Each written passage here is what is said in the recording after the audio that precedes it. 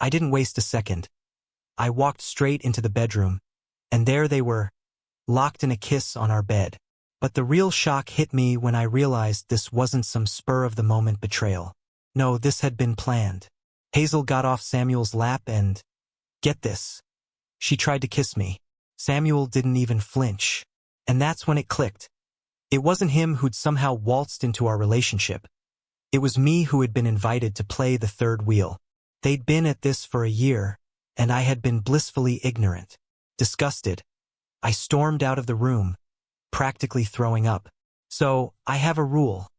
I never raise my hand against women. But that didn't stop me from giving Samuel a good slap in the face. After he left, I started packing my things. I didn't want to be in this house anymore. Hazel came up to me, arm outstretched. "I love you," she said.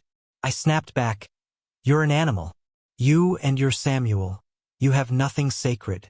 Then, without missing a beat, she casually told him she loved him too, and that she was hoping we could all live happily ever after. Honestly, at that moment, I started to suspect she was part of this trio she had been hinting at, but I didn't push it. I figured if I did, I'd completely lose it. She actually asked me to think it over and to call her back when I'd cooled down. That's when it hit me. Maybe I'd been way too narrow-minded before. The whole thing made me rethink my approach to women, especially the free-spirited ones. I started to appreciate the conservative types with firm principles.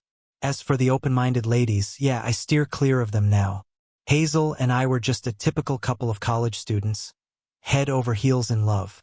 I was in my third year of learning the ropes of programming while she was diving deep into the world of dentistry, getting ready to become an orthodontist. Both of us were aiming for careers that were in demand, so we figured we'd at least be set for a comfortable life. Our dreams were huge. We wanted to travel the world, maybe even settle somewhere abroad. I could work from pretty much anywhere, as long as I had my laptop and an internet connection. Haz, on the other hand, would always have her work. A good orthodontist is valued everywhere. As a future doctor, Hazel had a very laid-back, almost philosophical view on life. But it wasn't all about these big-picture plans. She treated relationships too as something kind of casual.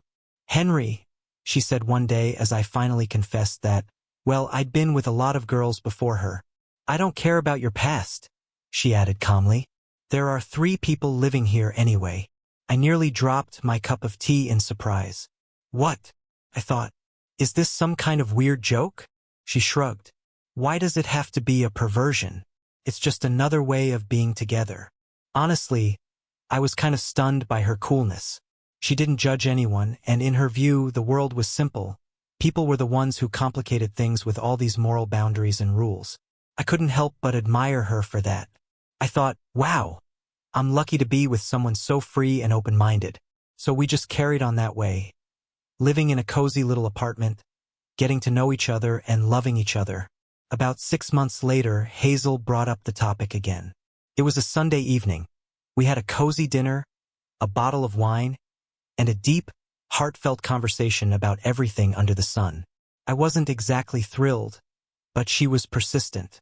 This time, she made it clear that she wanted to talk about, well, relationships that aren't exactly conventional. "But Samuel did this," she said, grinning. Samuel was a classmate of hers, a good friend. We'd hung out a couple of times, even went to a few soccer games together. At first, I thought he was juggling 2 girlfriends at once, but according to Hazel, it was a little more complicated. She said Samuel was part of a trio, 2 guys, 1 girl. To be honest, I was a little shaken by this. Sure, I wasn't exactly a prude, but this kind of thing wasn't sitting right with me. I couldn't look at Samuel the same way after that. He'd become some sort of cautionary tale, a guy I couldn't really respect anymore. I didn't like this whole idea of free love or whatever they called it. When Hazel brought it up again, I wasn't laughing. I told her, in a pretty irritated tone, that the whole thing was unnatural and frankly immoral. I couldn't understand who in their right mind would want to share their soulmate with someone else. There's no way jealousy wouldn't explode. At first, Hazel looked a little upset, pouted a little, but then she smiled and said that I wasn't trying. Well, it hit me like a bolt out of the blue.